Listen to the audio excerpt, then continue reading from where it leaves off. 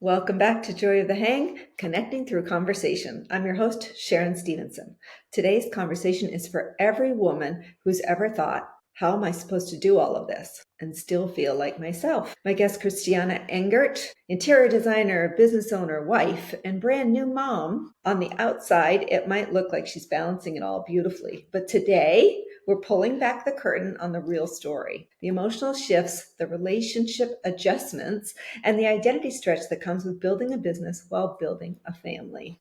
We're talking about partnership, communication, mom guilt, ambition, and what happens when the life you dreamed of arrives and it still feels overwhelming. This is a conversation about connection with your partner, your purpose, and yourself in one of life's most transformative seasons. Christiana, I'm so glad you're here. Me too. Welcome. Oh my goodness, I'm so excited to talk about this. This is such an important topic. We were just talking off air before we started recording that this is really something that a majority of people all over the world go through, this stage in your life where you're just about to start a family. You started your career, right? Yeah. I mean, a lot of us go through it. There are several that choose not to, but the majority of people are going to have a family at one point or another.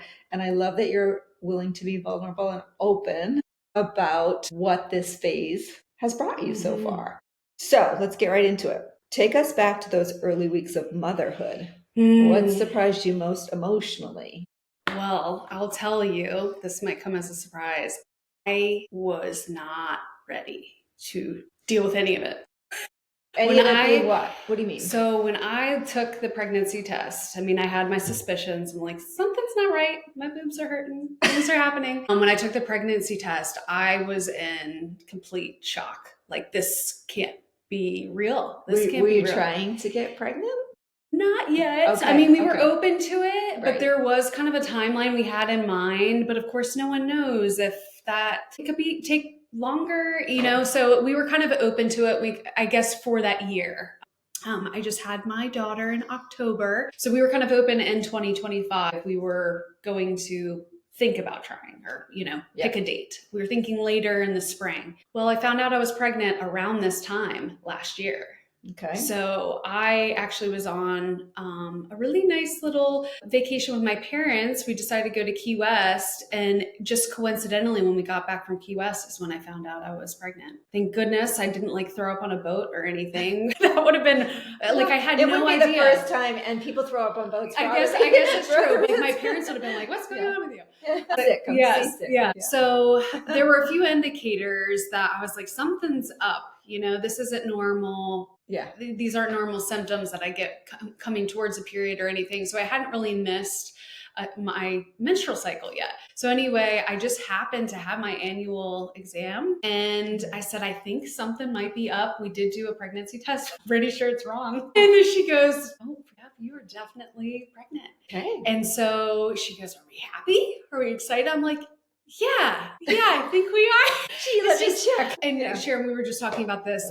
I am type A. I am very much predictable. We have control over the things. The variables are all in check. And being a business owner and an entrepreneur, I have clients who are relying on me with the timing of their homes, the schedules that, I need to follow with my work as an interior designer. Can't throw that out the window. So that was something else that was kind of like, wait a second, I just signed on X amount of clients and they're all like, where does this put me with conflict? Yeah. So of course I'm freaking out, calling my husband in the parking lot of the hospital. I didn't even think to say okay, but don't tell anyone yet. He was so excited. He was ready to tell everybody. I'm like, oh my goodness. And sweet. You know how you have that period of okay, we got to wait and make sure that this is going to stick. So anyway, I was very happy to kind of hold the news and let things happen and kind of gather my bearings, thoughts about how I felt about all of it. And it took me into the second trimester to really come around to the idea that this is happening. Of course, I'm not seeing much, so I don't really know what's going on. I'm not seeing any changes in my body. I didn't really have strong adverse reactions to food or morning sickness or anything like that because people kept preparing me. Yeah. And I'm like, well, one day it's going to click that this is real. And I didn't really get there until I started to show. Anyway, so it did take me quite a roller coaster journey of like preserving my life, like trying to get things in order and getting everything accounted for in preparation of announcing it. And then, once I did announce it to clients and we got everybody on board, I was full speed ahead of planning for maternity leave. Like every day is crucial.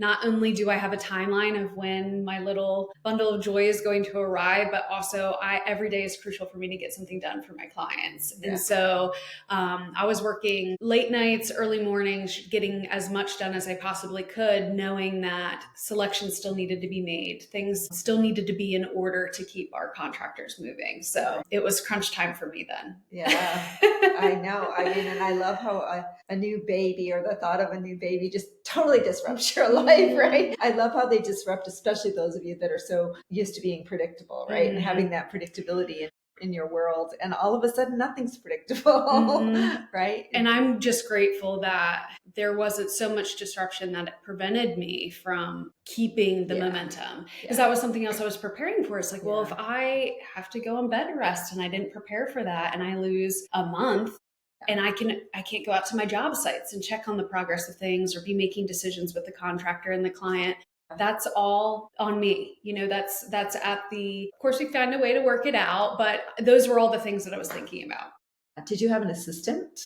No, I thought about bringing someone in, and then it kind of overwhelmed me of how do I manage another person when I'm trying to manage what I'm feeling. And so I kind of went back and forth with that, but I definitely leaned on help with bookkeepers and, trying to send out as much admin work to my resources that I could. And I am very, very grateful for the vendors that I work with locally. The showroom, my plumbing showrooms, my tile vendors, everyone was super, super accommodating with getting me samples, drop shipping things to me so that I didn't have to go run out. I could be as efficient as I possibly could, and just being very aware of my time frame, that they were responsive to that. So that brings up a question for me. So being really a solopreneur, right? A female that is now pregnant, would you now, having gone through that, would the advice you would give other women be to get an assistant or get help? Looking back, do you wish you had done it differently, or did you feel like you could handle it all, and because you had good vendors and a good support network that way? That is a good question. I think it kind of depends. For me, it was where I was with my projects. If someone were in my position with the same exact time frame, I felt like I was able to kind of juggle what I need to. Things naturally happen. Like I had one client that I was preparing would need furnishing right around the time that I'd be going on maternity leave. And so that puts a little bit of a crunch of, I don't want to be ordering things so far in advance that they're having to pay for all the storage, or things get discontinued by the time it comes around. There is a challenge to going too far early. And then that also pushed some of the work that I had planned to do with other clients. It changed my priorities. Before I could even worry about it, the time frame changed. So it happened that quickly that they decided to go with a different contractor. That contractor needed time to onboard. So all of a sudden I gained the 3 months of my maternity leave that I could join back in January without feeling like I needed everything to be tied up. So to answer your question, I think so many things can change in construction, and it depends on the clients, but I never want to be the person that's standing in the way. And so I would to do it differently. If that project hadn't shifted, I would have hired somebody and had help.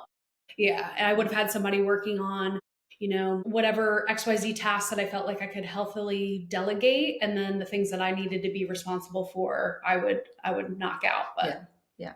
Well, just as I'm hearing your story, there might be people in other industries that, a lot of times we're afraid to ask for help. Right? Absolutely. And so I'm just encouraging, and I know I think you mentioned that you don't have a lot of family nearby too. Correct. So I think, it's really important that we tell everybody you don't have to do it alone, and that you can definitely, it does take a village, as Mrs. Clinton once said. So definitely feel like you can lean on people, even if it's a temporary. That is an excellent point. So having retrospective Now having the baby, going through all of the burnouts that I've experienced over the 3 months of her being here on the outside, I definitely recognize I was muscling through some things that I probably didn't need to. Burning on both ends without really needing to go through that. So you're absolutely right. I could have asked for help if I were not so, strong-headed about it. That I could have asked for help. And my sweet husband, he did run to showrooms for me and grab some things for me if I knew he was going to be in the area. I text him every once in a while, like, I have something by, your office. Can you grab it for me? So there were different things like that. I wouldn't normally ask for help. And then you realize, for me, I know this isn't everyone's experience when they're pregnant, but you do have a finite amount of energy in a day. And it changes from trimester or month to month. And so I did start to notice as I got closer to the end, what I planned for in a day was dwindling and I'd need to take a break. You have more doctor's appointments, and then that eats in. And I remember I was sitting in the doctor's office. This is when I first found out I was pregnant. It was maybe my second trimester. I was in for my checkup, and there was a woman with a laptop furiously typing and working, and I could tell she was working on a deadline, and she was very pregnant. And I suspected it wasn't her first child, but she was like down to business in the office. I was like, wow, I want to be like that. I got to bring my work with me. I'm sitting here for half an hour. Might as well be productive. I never did that. That never happened. You didn't bring it with you. It's a nice break. I'm going to just sit here. I'll take a snack. Well, and you know what? There's something to be said for being present too, right? And being at those appointments and just, taking that little time out for yourself to clear your head or whatever. Yeah, I think that's important too. So was there a moment when you realized, I can't do life the way I used to? It's happening now. Yeah, this is the time, right? Yeah. So I am a very, I'll say, well-rounded person. I like to be well-rounded. It's a blessing and a curse, I think. I like to be involved in a lot of different elements because my personality, I like to be diverse, I suppose. I have my creative mindset. There are things that fill that bucket of creativity and inspiration.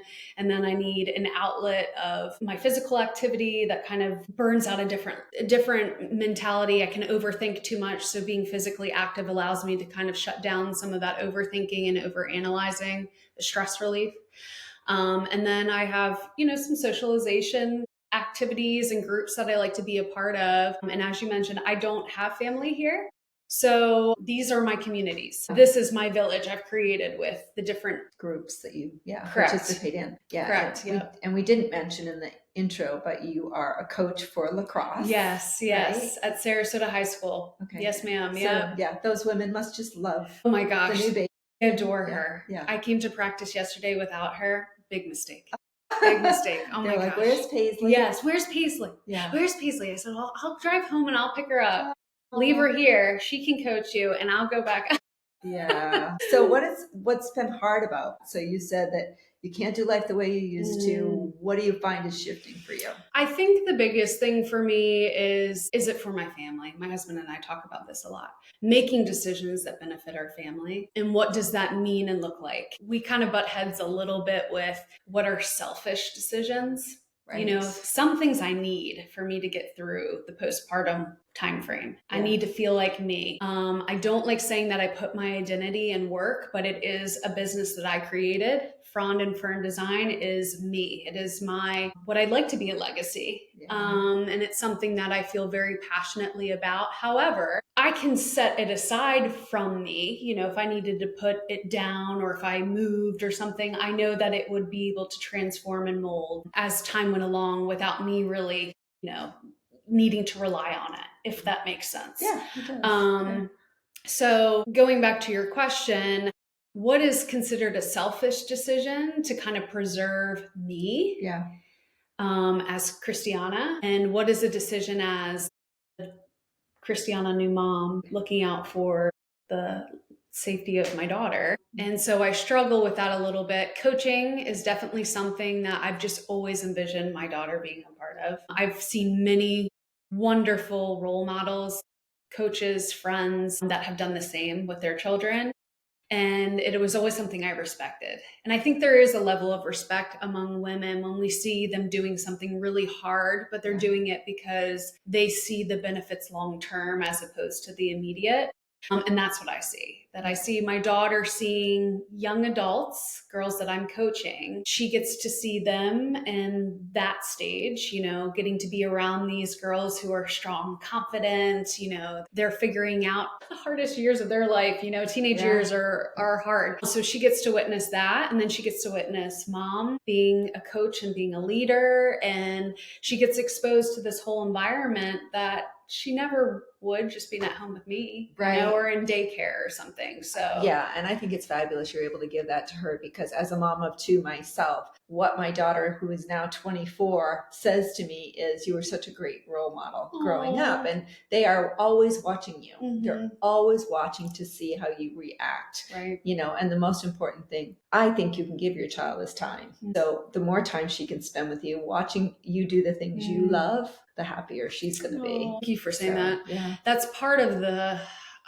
catch-22, I think, because I feel like she's in vicinity of me. She's nearby, but she's not necessarily getting my undivided attention. Right. But it's for 2 hours of a couple times a week. It's not like I'm dedicated every single day, but it's something that we get to be out in the sunshine, and the girls, my goodness, they really, I wasn't sure how they would respond. I was worried about her being a distraction, but we have a few injured players who have been very happy to push her around the track and the turf and put her to sleep for me. And they're all babysitters. So of course they're eager to help us, and they are getting exposure with families that they babysit for. So to me, it's a win-win. Of course. Yeah. And I know my husband and I, we talk about it back and forth, because he is also a coach, and he decided to take this season back from coaching, but he's on the board. So he is representing his beliefs and advocation on the board as vice president. So he helps with fundraising and different things. So he's still very much involved, but he's not in the commitment of practices and games. And I love being at practices. I love being able to help mold the girls, helping new players understand the beauty of the game. It's something I grew up with. So I'm from Maryland originally, and I kind of compare it to, ice hockey for Canadians. It's like a religion for Marylanders. So it's something that I do hope, when we go up to Maryland with Paisley, I mean, she's going to be exposed to how I was raised. And my husband, born and raised in Sarasota, he played from first generation of the teams here. So it's very much a part of our life.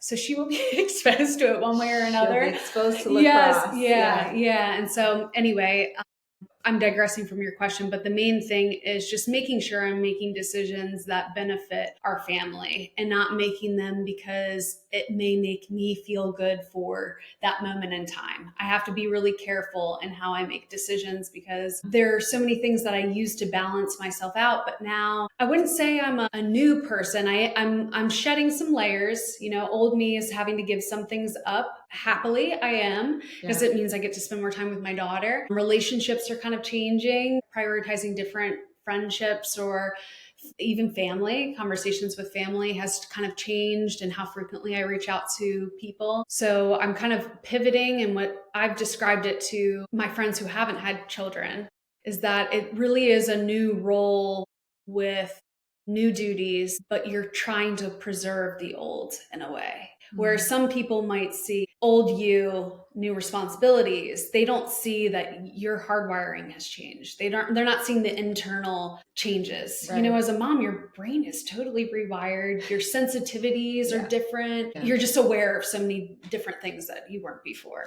Yeah, but again, I think we're ever evolving. Like, I love that quote, the only constant is change. So we're always changing, we're always shedding, we're always growing. So yeah, you're in a new chapter of your life, and now you have this new role, a new label, really. Like, I think we have all these, I guess, roles we play as mom and wife and lacrosse coach for you, and all of these different roles. And it's like, okay, now I'm in this new role, and you're not quite sure, because there's no manual, like, right, what is okay and what isn't. But I also want to give you permission to be a little selfish. It's okay. It's okay to be true to what you need. You don't need to give up your whole self, because now you have this little person in your life. Like, she's an extension of you. Right. So I just want to encourage you to remember that your partnership, right? I mean, all three of you, you're one unit, but you don't need to give up Christiana just because you now have this beautiful Paisley. I needed to hear that. You don't have to give that up. Not only do you not have to, but you shouldn't. Yes. So she needs to see that you're not. Yes. Yeah. You know what I mean? I love that. Yeah. She needs to look at mom. There's the mom guilt right there, right? There's the mom guilt. But like I said earlier, like my daughter, and you're not going to get this gift for many, many years. I know. Even when she starts talking, it's still going to be, I need more. Well, because they're selfish little humans, right? I mean, because they have to be for survival, right? They're me. But you have to hold on to your identity. And within the context of your relationship, you know, you need to make sure you continue to have date nights and make sure that your partner comes first, because your children grow up and they leave, right? You're going to make sure your partnership is solid. So anyway, that's my parenting advice for this.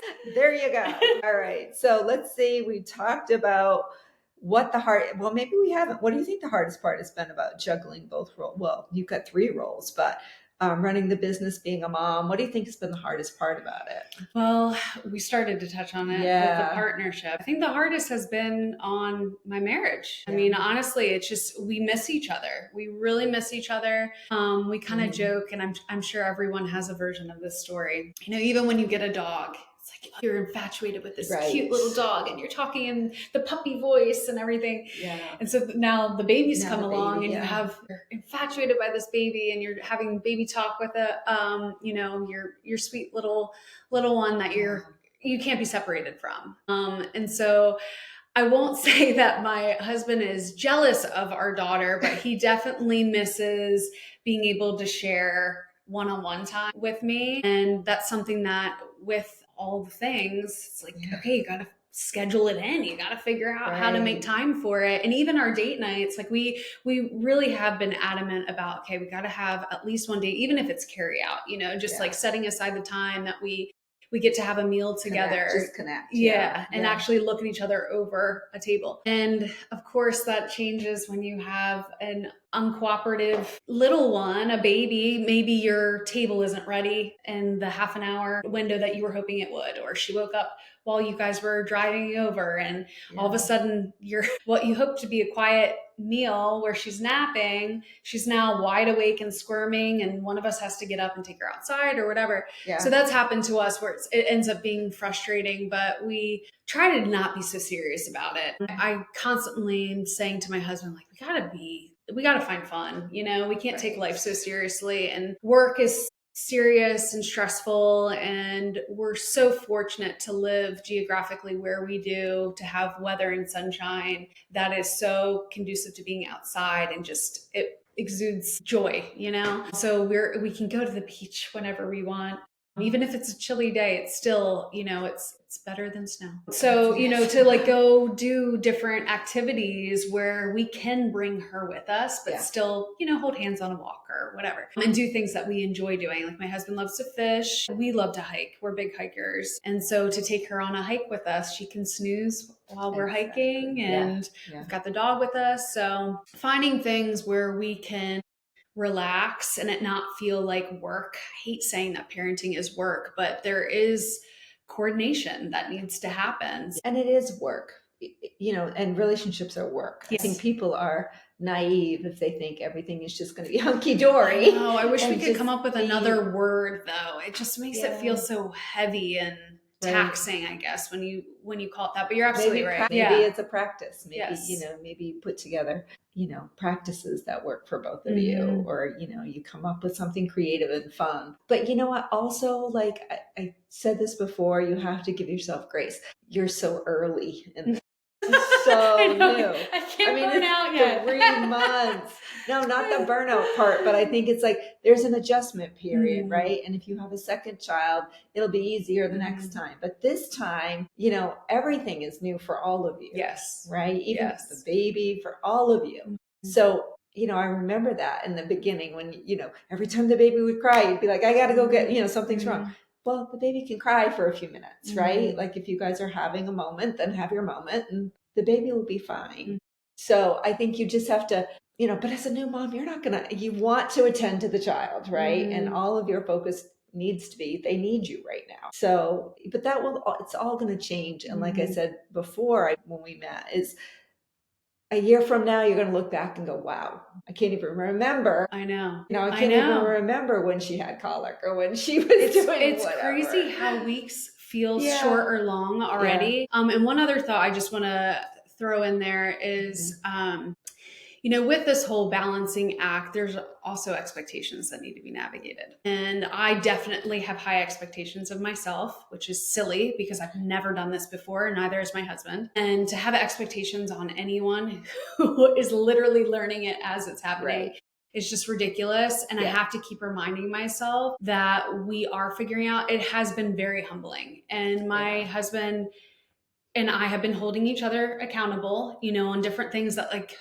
I'm trying to think of an example, but something that, you really would have been probably huffy puffy about if someone had done, like, I'm thinking dishes, I like to have a clean sink at the end of the night, not a priority anymore, and I am the one who are leaving the dishes in the sink. It's not my husband, it's me. Yeah. Whereas I would have picked a fight with him and said, why can't you just wash that one mug? You put it in the sink, just go ahead and put it away. So we have a fresh sink in the morning. I'm the one who's breaking my own rules. So we have conversations about that sometimes where it's like, wait a second, you scolded me for this just a few months ago, but you're not following your own rules. And so we have to be just humble and figure that out. And I keep telling him as well as myself, forget about what was, we're moving forward. This is a whole new book that we're writing. It's so true, like pre and post, right? Yeah, it's so true because you're right. But it's funny that we tend to hold our spouses, even now, to a higher standard oftentimes than we're willing to have for our own selves, right? And I am like kicking myself right now because I'm sure he's going to listen to this and be like, what? I need to have this on replay, and just he's gonna rub it in my face. I know, but it's true, and he deserves the kudos that he's put up with some pretty high standards from me, and that's just not fair. Well, here's the thing. I mean, women are going through a lot of, so we have our hormone shifts during pregnancy and post-pregnancy. So I think we go through a lot of emotions that men will never, ever understand. And our bodies have changed dramatically physically, right? So it takes a while to get our pre-baby body back and get rid of that baby fat or whatever. So I think that we have to hold on to, like, there are certain things that the female is going through that the male will never, ever understand. However, and sleep deprivation, all of it, right? All of it, right? And if you're nursing, we've got that going on. So, you don't feel overly sexy. What once was, let's just put it out there, once was maybe more sexual and, attracting for your mate, all of a sudden it's being used to nourish your child, right? So now you've got, my body is a form of nourishment, and that's what it was designed for, frankly. But then it's hard to shift that gear if your husband now wants to fool around and they want that same sort of attention that you're giving your baby. So I understand there's like all this conflict that a man will never, ever, ever understand. However, that being said, where I was going with this is, men are also trying to figure it out for the first time, right? And they're trying to figure out, how do we support our partner through this when I want my wife, I want to fool around, I want to do all the stuff we used to do. And I can understand being a little jealous of having the baby around, And I think that shifts too when the baby can move and play. And then I think the men tend to get more involved because now all of a sudden they can play lacrosse with them and throw the ball or, read them a bedtime story and see them laugh and giggle and smile at them. And how attractive is that for a mom to see? Right? Your Sexy. spouse? Yes. It is I love that. I know. I tell them, I was like, you have no idea how hot it is to see you put the baby down. Like, right? I know. Damn, dude. Do the dishes. Do the dishes. That's fucking hot. I'm sorry. Like, if you're going to complain about her dish, do the dishes for her. That's hot. Oh my gosh, you ordered dinner or you took care of dinner and I didn't even think about it or say anything. Yes. Like, that's hot. Even now, I say that to my husband. I'm like, we're long past the baby age. I'm like, Dan, honey, make me dinner. Once in a while, light a candle, open a bottle of wine, have dinner. You'll get what you want. It's that simple. It's the little things, right? So What boundaries have you had to learn or still learning to protect your time and energy? I am still learning them. I have a love-hate relationship with the word boundaries. During pregnancy and early stages of postpartum, I loved it. Now I am having a harder time with it, I think. In what way? That's cute. Yeah. And I'll explain to you, I think boundaries sometimes can be, it's a little bit too much energy for me to hold sometimes, if that makes sense. So I'm kind of good at seeing the boundary I want to set, but then implementing it. I don't want to come off as too harsh because my energy is limited. My hormones are still wacky. It can come off a little harsher than maybe I want. And I'm not trying to burn bridges with people, but I am trying to preserve myself, as you said. And that goes for social, professional. So, my emails might get a little bit shorter. I don't have as much pleasantry fluff. My text messages, my phone calls may be shorter. I may have to hang up on you because the baby's crying, things like that. Okay. So I spend so much time thinking and analyzing, and I don't really have the energy to be thinking about people's feelings when I set the boundaries. So it's like I was really gung ho, like, oh, this, because our daughter came in October, we hit holidays, bam, bam, bam. Yeah. Halloween, Thanksgiving, Christmas, New Year's. So it was a lot of navigating boundary setting for that because I had a pretty clear vision of how I wanted my Christmas to look. And my in-laws had a different vision. And my husband is in the middle trying to figure it out, protecting me and our daughter. We're trying to figure out a schedule. I felt like I was being a little bit of a stick in the mud by setting those boundaries. And I didn't really like how I felt placing them. Now that's probably something I need to practice and keep working through, but some of it felt a little bit harsher than it needed to. Like it was like a cold turkey, like we got to kick you out at this time or don't call me before this time. Sometimes, her schedule would fluctuate and I don't need to be so hard fast with boundaries. Does that make sense? It does make sense. And I know that boundaries come in all different forms. It doesn't need to be like a communication boundary. It doesn't need to be around a time or a schedule, but those are the ones I'm reflecting on right now that I've been navigating.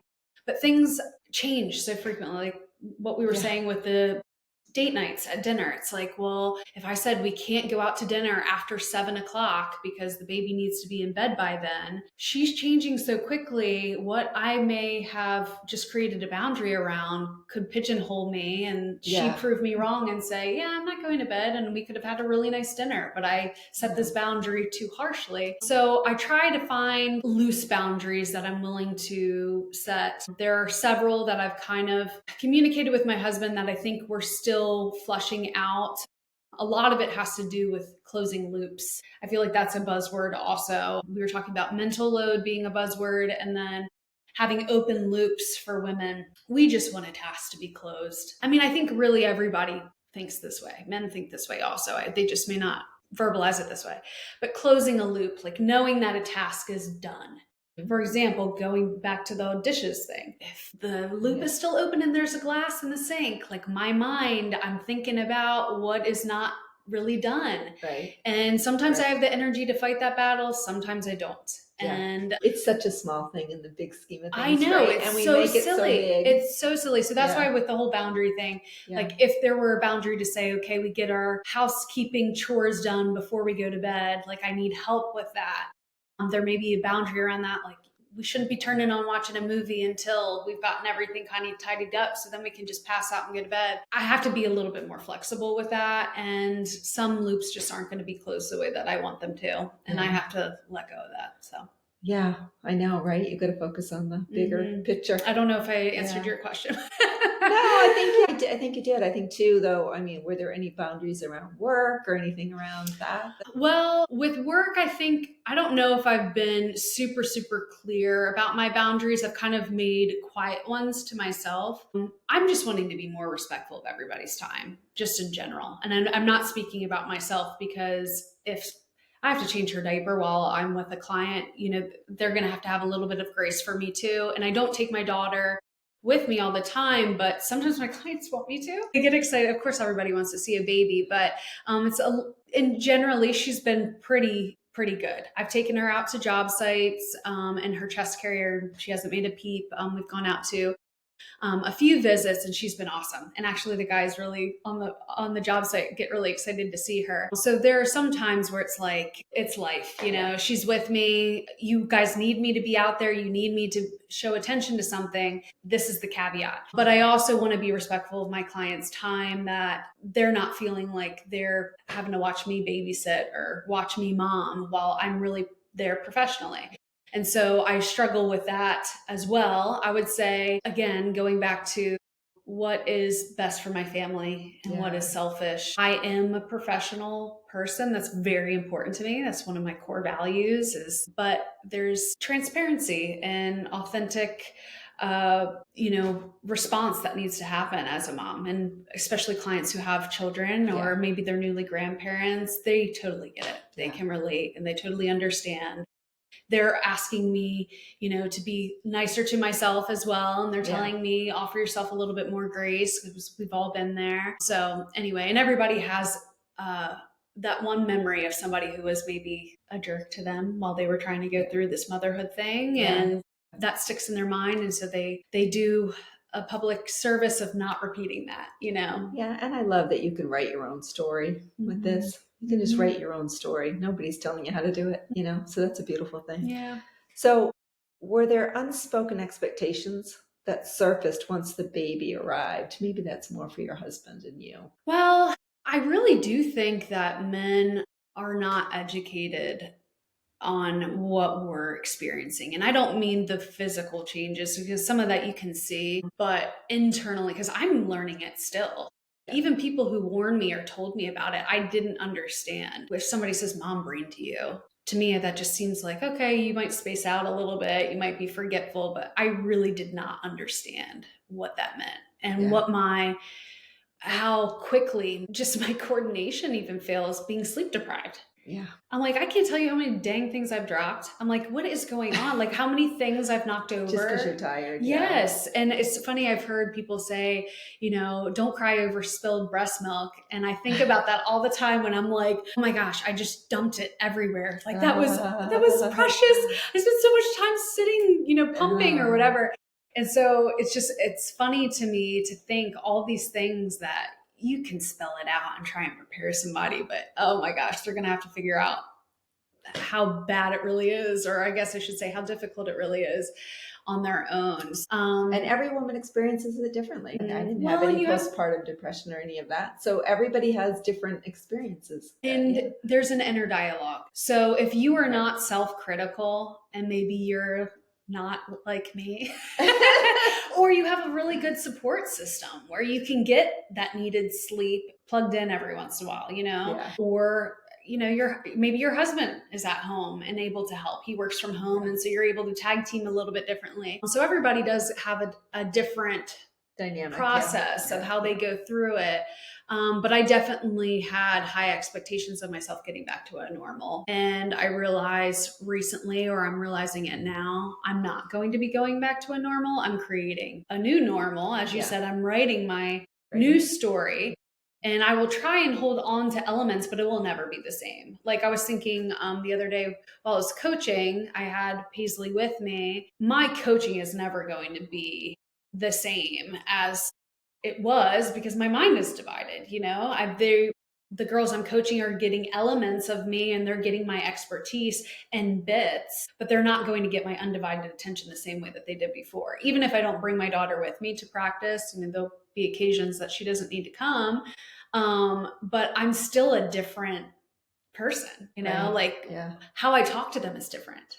I noticed that I'm much more maternal to them. I was going to say, you're probably softer. Whereas before, I was like, no, I'm your teammate out here. I'm looking out for you as a teammate. And I'm not your buddy. I'm not your parent. But I'm your teammate. I'm out here and I'm going to call you out on things because we're a unit and a team. Whereas now I see it much more of, these are children. These are kids that my daughter will be in this position, and what type of coach do I want to be? Yeah. So They're looking for your guidance. They need your guidance and your leadership. And it's funny, they actually have been asking some pretty good questions about, it scares me that they're even thinking about motherhood that way. Yeah. I'm hoping it's because of the babysitting thing, but the girls are asking really good questions, you know, like, how is she sleeping? How is she doing? They want to know, they want to get insight. And I think back, you know, I never really had anyone in my life that exposed the newborn stage. I feel like, you know, you go into hibernation during newborn infancy stage, unless you have multiple children. Yeah. Because eventually it's like, no big deal. Yeah, everybody's airing it out. But all of my friends who had children in the last, you know, several years that I've been able to witness, you know, the transformation of friends or relationships with starting a family. I feel like I missed that first 9 months.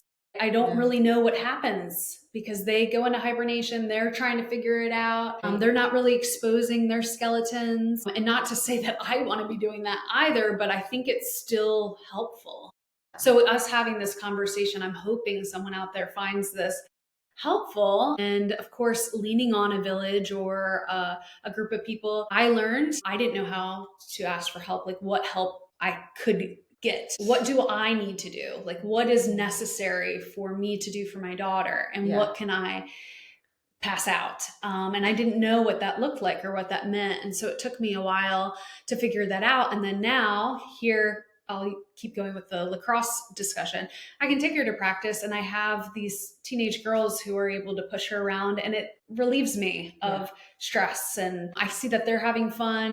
My baby is safe and healthy. It's a great experience for all of us. Whereas I could be at home taking on the burden myself and just, you know, being isolated. Yeah. So. Yeah. No, I love that. You're building that community. I think it's so important. Yeah. It's so important. So we talked a little bit about, you brought up mental load. What does mental load look like in your daily life? Let me think of it. Besides your brain fog that you mentioned. Yeah. Well, scheduling. That was a big one I was not really prepared for. And what I mean by scheduling, I mean, when did she wake up? When did I feed her last? How long was she asleep? Sorry. Oh, that's okay. You know, just kind of keeping tabs of a clock and being aware of those details, that I'm not failing her or missing a cue or something like that. So that was a really big mental load item. And it's something I don't really think my husband has understood either, because I spend all day with her. So I'm keeping tabs of like every 2 hours, okay, how many ounces, I'm planning in when I pump. You know, there are all these things that you have to plan around to make sure that she has everything that she needs. And then if I go somewhere, she has what she needs. And then communicating that to someone else and helping them help out in any capacity. They need to understand that schedule as well. So that's a big part of the mental load. And then you sandwich in work. So I have my schedule with that. I mean, trying to problem solve on the fly, which is something I do. It's my job. You know, I need to be able to come up with creative solutions and to pair all those things. I'm not as quick to resolve things. My go-to response has been, give me a few minutes. Let me ponder this over. I need to percolate. I need to let it marinate. Let me get all of my pieces together so I can make an educated resolution, as opposed to me being able to problem solve right away. And I'm a verbal processor, so I like to talk things out. And again, going back to respecting people's time, I'm not going to assume someone's in a position where we can discuss something through. Usually people are just looking for the answer. They don't want to hear how I get to the answer. How you get there, right? Yeah. So thankfully, Paisley's a good listener. So I will talk to her through a lot of my problems. So anyway, that's something else that's like that demand, and I know that I need to be prompt with it, factoring that all in. Have there been moments when you felt like you were unsure you were quote unquote doing it right? Yeah. Every day, right? Yeah. Right now. Am I doing it right now? I don't even know. Yeah. 24 years later with my youngest, I still. My goodness. Am I doing it right? Have I messed her up for I joke I don't joke. I'm actually very serious when I say this. Like, who decided I can be a parent? Like, who put me in charge? It's so true. Can I tag in a more responsible person to be doing this? That's more, who knows what they're doing. Right. Did they check my credentials? Yeah, definitely not. Definitely not. This poor child. But when she smiles, when I walk in the door, come and check on her, it's like, oh my gosh, what am I fretting about? It's the best. Perfect. Yeah, she's awesome. Yeah, and I'm sure that going back to the whole dynamic of a partnership, I'm sure my husband has, moments of that, but he's not going to expose that. Men aren't going to admit that, am I doing it right? I don't know what I'm doing. Yeah. And of course, default parent is kind of like the term that ends up happening with new moms. It's like, well, you're the one with all the goods. You're the default. So if she's crying, she's coming to you. So I think that men just assume that we know what we're doing because we grew the baby and we have we're the vessel or whatever. But there's so much that I doubt. And the whole element of mom guilt, I mean, there's so many elements to that, so many layers that you can unpack that I know we don't have time to go through even a quarter of them of what I've experienced in these 3 months. But I don't believe a man really understands what that feels like to have guilt about everything. Like going to take a shower, you feel guilty because you're happy you're away from your baby for a few minutes, and you're able to just take a deep breath, but you're still listening for crying, and you're just divided in all these different places, but you don't quite feel like you're doing anything right. Yeah. And the way that I described it to a friend is, they're like, so how is motherhood? Like, how's it going?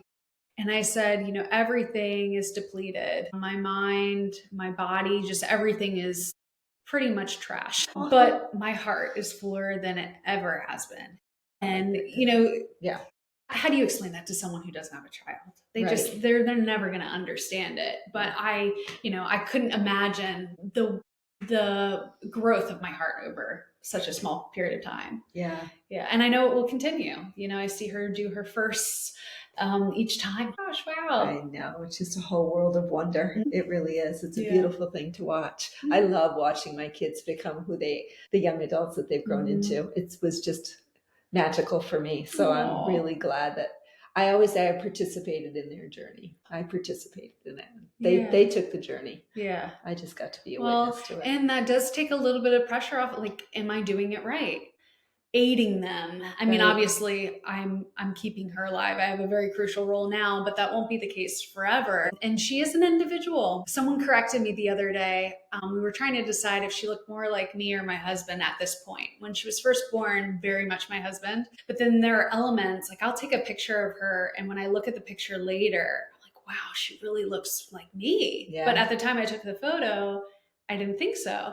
So there are different moments I catch that she kind of morphs, that she looks like me or my husband. And I said, well, she does have blue eyes. My husband has green eyes. She has blue eyes. And obviously newborn babies tend to have a denim blue eye as they're born, and then it changes. But now her eyes have changed to a lighter blue. Okay. And that can change it, I think, all the way up to a year, if I'm remembering correctly. So she has a lot of time that it could change. Her eyes could change color. I was saying, well, I think she has my eyes, but that's about it. And the person corrected me. They said, she does not have your eyes. So what do you mean? They're blue. My husband has green eyes. She goes, those are Paisley's eyes. Those are not your eyes. So then I was like, oh, wow. Okay. I need to think about this differently. Why am I trying to find puzzle pieces of me and her? She's Paisley. Her. She's Paisley. Her. That's right. She's her. She's not Mama. She's Paisley. Yeah. No, I mean, and again, I think, like you said, we can guide them. We can influence them if we have them around lacrosse enough. Mm-hmm. There's a good likelihood that she'll want to try lacrosse. Mm-hmm. But there's also a chance that she hates lacrosse and she wants to play the saxophone. Or whatever it is, right? And so I always said it's my job to nurture them, to make sure they're safe, you're right, but to encourage them to become whomever they're meant to be, right? And support that journey along the way. So that's why I say that way. It's just been a really gift to watch them become who they're meant to be.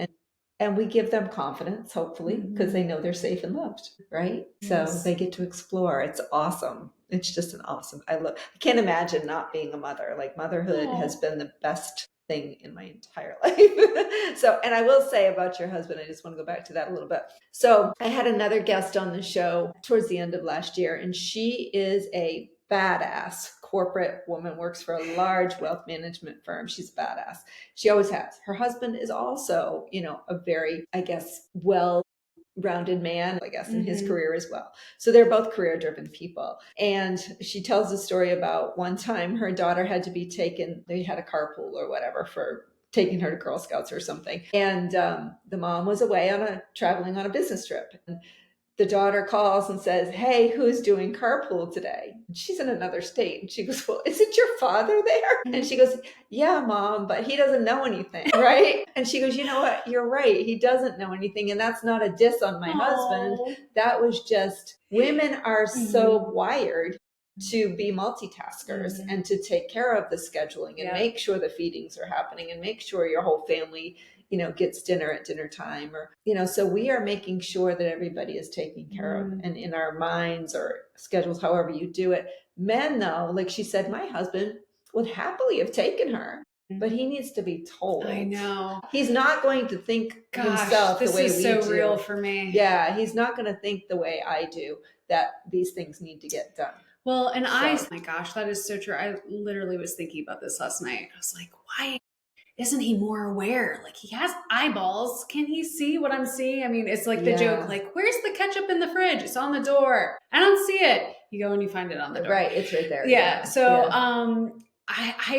I struggle. Of course, again, we're compounding all the things. It's the end of the day. You're tired. You're hungry. Yes. Yeah. And you just fought your 3-month-old to go to sleep. And anyway, so. And now your husband's being needy and he's acting like another child. I know. And it just feels like you're managing. Yeah. Managing. And that has been the word I've kind of been using in tandem with the boundary conversation, is that it just feels like a lot of managing. And even with the dog, it's, gosh, the dog won't leave me alone, but she's trying to tell me something, and I'm holding the baby, and why isn't she going to my husband? He's right there. It's just so funny because we are responsive. I think there's a book that's called this.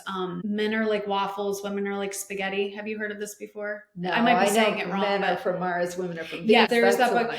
Anyway, if it's a saying or if I'm saying it wrong, you understand the metaphor there. But women touch every thought. Like, everything is jumbled in and it's intertwined, and your whole day, you're making your cup of coffee, but you're thinking about what you have to make for dinner at the end of the day. And you've got all these things intertwined. Whereas a man, the syrup fills that one square of the waffle and then the other square of the waffle, and it doesn't, bleed. We have this concept of all these open tabs. Men can have maybe 2 or 3 tabs open. Women, it's like you have 50 and they're all open at once. It's not open one, close one. So anyway, that's how I feel on a constant roundabout of like Groundhog's Day, of just like having all these tabs that constantly flood open. And there isn't really a delineation from day to day either. It's just kind of like a blur of get things checked off. And I'm constantly thinking about work or the baby or the next thing that's coming up, whatever commitment is coming up. And I look at my husband and he looks very content, not thinking about anything. You're not alone. I think a lot of us women, I got so resentful towards my first husband during this period of our lives because it was so hard. You're like, oh my gosh, I am taking care of everyone. I need someone to take care of me. Right. Just think. Be like, I've got the baby tonight. I'm going to go, you go take a bubble bath. As a matter of fact, let me draw you that bath. Let me bring you a glass of wine. I'm going to take care of it for the next hour or two because I can see. You know what I mean? Just to be that awareness. Yeah, the awareness, the attention, and just be like, okay, you need a break. But I think they're not wired the same way we are. And then, of course, he would say, well, if you asked me to, I would be happy to. Which is very sweet of them to say. Yeah, it's like, okay, well, you're not asking me to make dinner or to go grocery shopping, but I'm doing it. It shows up. It's there every day. Yeah, that would be my do you not see what, but and I can understand your frustration because it's a male-female thing. Well, and one other comment I will add to that is, of course, social media does not help. Yeah. Because you have all of these comparisons in your face of this family looks like they're completely happy working this out together. And I remember I saw a reel of a husband helping his wife with postpartum recovery. And it was something like, it was like a little reel of like him setting up the bathroom, which I won't get into all the details in case it's too graphic, but as a woman, you are preparing yourself a little bit differently in the restroom. You have your little, witch hazel pads and different things. And You're having to clean a lot more frequently than normal. Anyway, so he was setting this up for his wife. Wow. In the bathroom. That is like something. her little ice pack and the witch hazel. And I'm like, I would freak out if my husband did that. I'd be like, I don't want you touching this stuff. But second of all, I'm like, I kind of felt like shame on him for like putting that out there, that that's something a husband should be doing, or that, because like, of course you sets the bar too high. And I don't know, maybe that's, a little bit too controversial, but I really didn't like that was put out there. I'm like, we already wish that our spouses or partners did more for us, but then to go that far, like he's like taking care of the baby, he made her a cup of coffee and it's all sitting for her, and he's like preparing the stuff for her in the restroom. I'm like, what in the world? I'm like, husband of the year. And it was funny looking at the comments, because I'm like, there's no way that people are okay with this. And the comments I was reading, it was saying, how long did it take you to edit this reel to put it up on Instagram when you could have been helping with the baby? You could have been doing a diaper change or whatever, Funny. Yeah. So it's like, how much time did it take you just to record you doing this? Yeah. So anyway, I could go off to get an attaboy. Yes, good exactly job. Right. A pat on the back. Oh my gosh, that's funny. Yeah, you're right though. Social media adds a whole new element that I did not have, thank goodness. So a couple more questions. What has motherhood taught you about yourself that you didn't know before? Well, we did talk about this a little bit earlier, but it's don't take things so seriously. Right. You really need, so actually Paisley's middle name is Grace. It's a family name, but it is something I'm like, okay, we didn't just choose it. It is very intentional. And it is something I need to start living by. I keep saying, it's Paisley Grace. I got to offer myself grace. We need to live in grace. I need to be more graceful. And I don't want to be so hard. I mean, you can feel when your body, like things don't happen or fall into place naturally. You can feel there's resistance, or if there's stress or tension. And then when you kind of offer that grace, either to someone or to yourself, you start to feel those things fall into place. Anyway, sorry, I might be getting a little bit too woo-woo on that conversation, but I do think that grace is a big element of something that I need to keep practicing to others, to myself, and certainly to other moms. I mean, I just going into Target and I see these moms with 2 kids, and there's a woman, she had to have been 9 months pregnant, and she had a toddler with her. And she was telling him, okay, you can only pick 2 toys. He had 3 in his hand. You can only pick 2. I think they were dinosaurs. You can only pick 2 dinosaurs. And he actually was very, polite about it. He said, okay, mommy, I'll pick two dinosaurs and we'll leave one here. And she snuck the 3rd on the belt. And she was right in front of me. And I almost wanted to be like, you told me 2, like she forgot. She's a mom, like she's being so good with setting her. I wanted to be like, do you know what you just did? Are you following this? And so I just kind of was watching and observing while I waited for my turn to go through the line. And I heard them as they were walking towards the exit that he goes, Mommy, all 3 are in here. And she goes, I know, buddy. I got you all 3. You did such a good job today, as kind of an encouragement. And I just was thinking, I'm like, wow, what an idiot I would have been if I would have said something like she knew what she was doing. She was on top of it.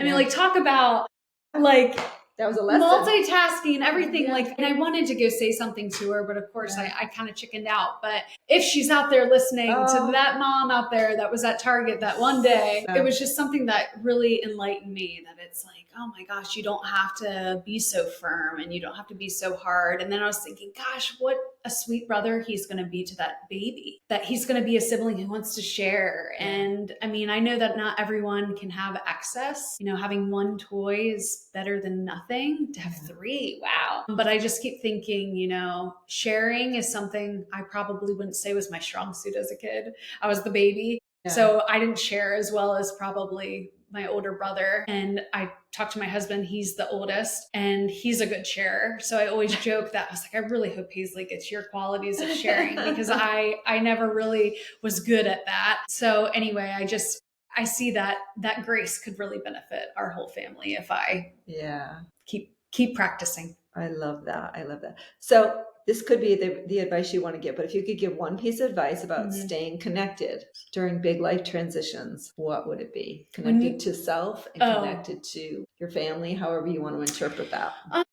Well, I think some people have like non-negotiables that they might discuss before the baby comes. Of course, that will change when the baby arrives, but I think there were some non-negotiables that I had told myself about my activeness. Like, I just love being involved in anything active. I swam while I was pregnant and worked out still through my pregnancy. And I told myself, I just feel better. It's a big stress relief for me. And I don't expect that for other people, but it's just something that gives me energy. Yeah. Refills my cup. And so that was something that I kind of told myself, however I can make it happen. And even just walking outside, it's always makes me feel better. So that was kind of a non-negotiable for me, is that no matter how crappy you feel or isolated you feel, you could be doing everything wrong, but allowing yourself to do something active and physical will be beneficial. Yeah, I agree. I couldn't agree more, as a matter of fact. And the more we take care of ourselves, the better we're able to take care of those around us. And plug in, it doesn't have to be active or physical activity. Plug in whatever that is for you as a non-negotiable, being creative, even if it's, I don't know, like binge watching something. Some people, it's like, I just really need to have that vegetation moment, whatever that looks like. Yeah, for me, that's just a cup of coffee in the morning. I was going to say, give me 30 minutes. Yeah, a cup of coffee with even just with like a really close friend that they see you in this really ugly state, but just being seen by someone else, that could be a huge. Or maybe even escaping in a good book, anything that is for you. Yeah, that feeds your soul for sure. All right, we're going to go into our speed round. You ready? Okay. Here we go. Do you drink coffee, first of all? Yes. All right. Oh my gosh. How do you think I made it here, Sharon? Reheat it, and how many times a day? I drink it very fast. So we don't need to reheat. Well, I reheat. I give it, I think I do 2 is my limit. Okay. And I learned that quickly, that I was like, darn it. But now it's getting cold. So my hot coffee is getting colder quicker. So I'm like, we got to chug it. And I actually just read something that they said with breastfeeding, that the caffeine is however the wording, sorry, I lost the words, that it is incorporated into your breast milk, I think within 15 minutes. Oh, wow. And it was like saying, the percentage and everything. And I was like, oh man, so I have to drink it early. Yeah, otherwise she's going to be hyper awake all the time. Yeah, because I'm not cutting back the caffeine, that's for sure. You're my kind of girl. I knew I liked you.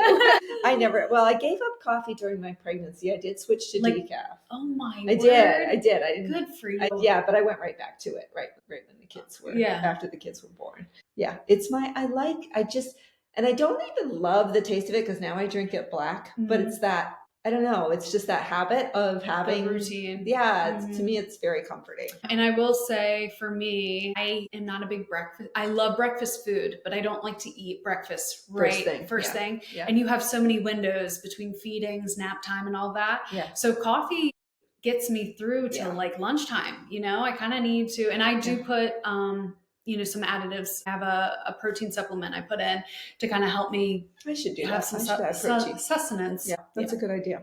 One thing that you swore you'd never do as a mom, but you totally do. Pacifier. Oh, really? Yes. I'm going to publicly apologize to the NICU nurses that I told not to give my daughter a pacifier. That as soon as I left the hospital, I gave her a pacifier. Wow. I had it in my head. I had it in my head. I was like, she is not going to have a pacifier. She's not going to need it. I don't want to worry about like dental development issues. I don't know what the heck I was smoking, but seriously. Okay, so what was the moment when you said, give me the damn pacifier? I'm probably in the car home from the hospital. It didn't take long. Oh, no, not at all. And I remember mom was like, I think you might want to buy 2 packs while we were at Target. I was like, no, we'll just get 1. And she's like, there's only 3 in there. And I was like, we don't need more than 3. I'm hiding these as soon as, as soon as she gets out of this phase. I don't know why I was so delusional. And you get... there's a reason they make those. Yeah, of course.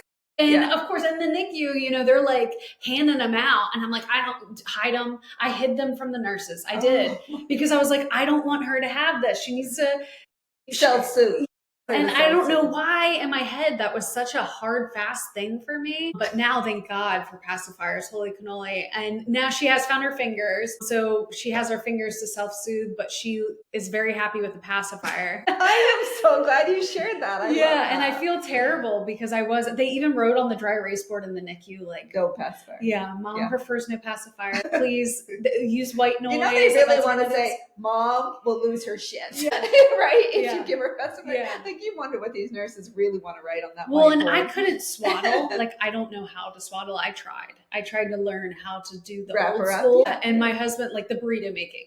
My husband's great at it. But if he's asleep and I was there, figuring it out in the trenches in the middle of the night, I'm not going to wake him up and so that was another thing where it was like, okay, I'm getting the swaddle outfits, they call them swaddles, but really it's a little like sleep sack. And so that was something else that I was like, I'm not going to get into the sleep sacks, but both of those were in the picture immediately. Okay. So right now at this point in your life with you and your husband, night in or night out? Right now we're saying with baby. You can have a babysitter. I didn't think this would be so hard to answer. Typically I would say I am more of a homebody now in this season of life, but honestly, I miss doing adult things out of house. So I think my final answer would be out.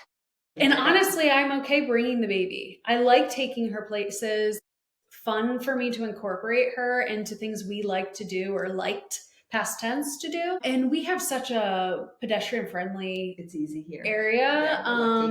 We love to go over to UTC and walk all the different restaurants and shops and stuff.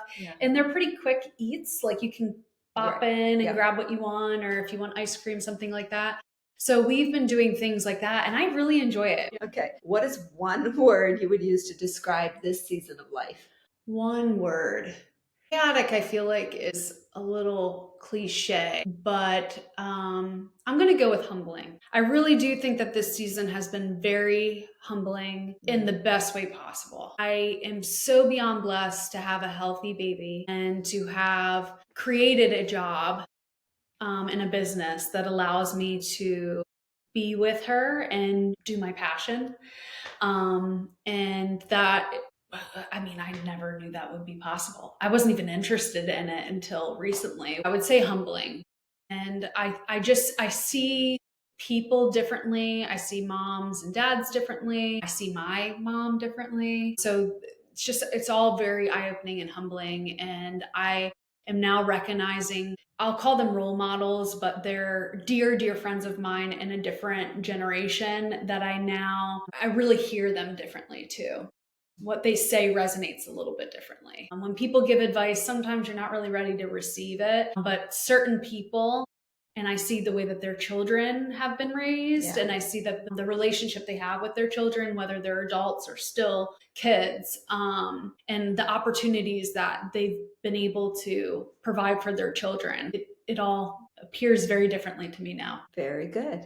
What is the last time you and your husband had a real uninterrupted conversation? Well, I can't think of, I know we've had several recently. We've had some pretty good ones, but the biggest one that comes to mind, we had a really nice conversation this weekend while Paisley was napping. We were out eating lunch and we were kind of just talking about different things we wanted to make sure we held on to as we matured in parenthood, in our marriage. How do we instill certain things so that we're not roommates in 5-10 years, whatever that looks like. And then the other memory I'm thinking of, or date night, I guess, my mom was very, very kind to take night shift for us when my daughter was first born. My parents were here for about 2 weeks. And so my mom was very insistent on, like, one of the last nights she was here, before I go back up north, I really want to be able to let you and your husband have a date night. So good. I didn't know how that would feel, because it's like you're aching and you want to be with your baby. But there was a piece that I was like, okay, this isn't going to be forever. I don't know what I'm doing, but I'm not going to feel that way forever. And so we were able to have a date night very early on, within days of her birth. I know it felt very different. Like, it probably didn't feel like a date night, But in the optics of people who were around us, they didn't know what we were going through. So it felt like we were able to, sit there and actually talk to each other as husband and wife, or boyfriend, girlfriend, as some, married couples call it, because we want to make sure that we're keeping each other feeling like you are my girlfriend or you are my boyfriend, because we're still putting in the effort. So I did get that feeling from that date. Yeah. That's awesome. What is something small that instantly makes you feel like you again? Working out. Working out? Yeah. Okay. Being outside and working out makes me feel strong. It just makes me feel more centered. Yeah. Final answer on that. I love that. Well, Christiana, this was such a real and honest conversation. Thank you for sharing the parts people don't always post about, the stretching, the learning, the love, and the growing pains that come with building a life and a family at the same time. What I love about this conversation is a reminder that connection doesn't disappear in busy seasons. It just asks us to be more intentional. Whether it's 5 quiet minutes with your partner, asking for help, or giving yourself grace, all these things we talked about, those small moments matter. To everyone listening who's in the thick of a transition, a new baby, a new job, new season of life, you're not alone, and you're doing it better than you think. If today's episode resonated with you, share it with a friend who might need to hear it. And as always, thank you for being part of this community where meaningful conversation lives. Until next time, keep showing up, keep reaching out, and keep choosing connection. This has been Joy of the Hang. Till next time.